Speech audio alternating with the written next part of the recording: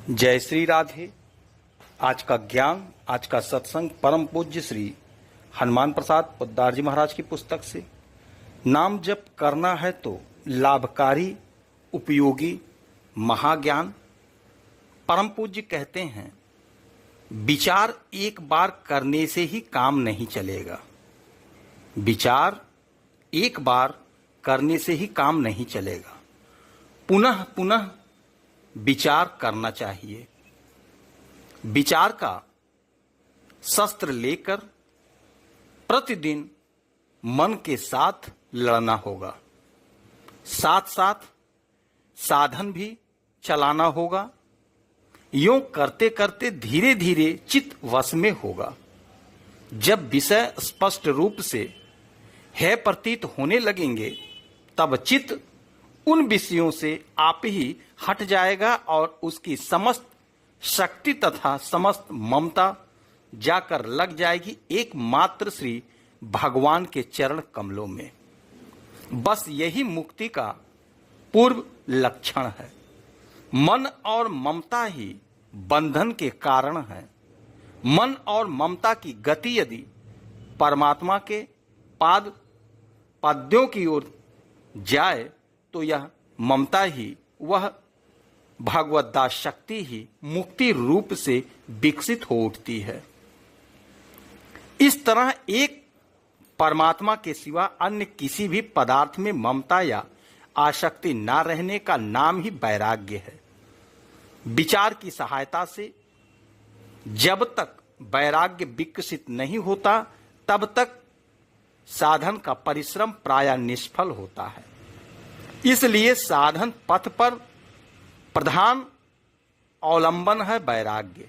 इस वैराग्य से ही ईश्वर में प्रेम बढ़ता है। जब बादल दृष्टि शक्ति को रोक लेते हैं, तब हमें सूर्य का प्रकाश नहीं दिखता। बादलों के हट जाने पर ही सूर्य का प्रकाश देखने में आता है। इसी प्रकार अविद्या रूपी मेघों से चित्त में हमें परमात्मा के दर्शन नहीं होते। विचार वायु से जिस क्षण ये अविद्या घन हटा दिए जाएंगे, उसी क्षण उस सर्वागत सर्वलोक जगतपति पूजनीय शक्ति का हम प्रत्यक्ष साक्षात्कार कर सकेंगे। विचार द्वारा विषयों में हीन बुद्धि दृढ़ हो जाने पर चित्त का उनके प्रति आकर्षण नहीं रहता, जिससे मन की संकल्प विकल्प तरंगे शांत हो जाती हैं।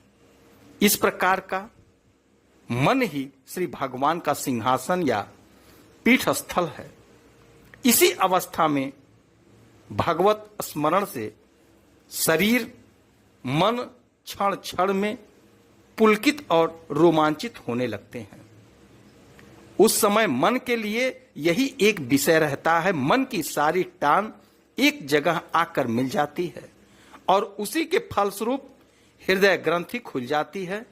जो मन नाना स्थानों और नाना विषयों में फैला हुआ था, वही जब एक निष्ठ और एकाग्र हो जाता है, तब उसकी असीम शक्ति का विकास होता है। समस्त शक्ति एक केंद्राभिमुखी हो जाने से उसका बल अत्यंत बढ़ जाता है।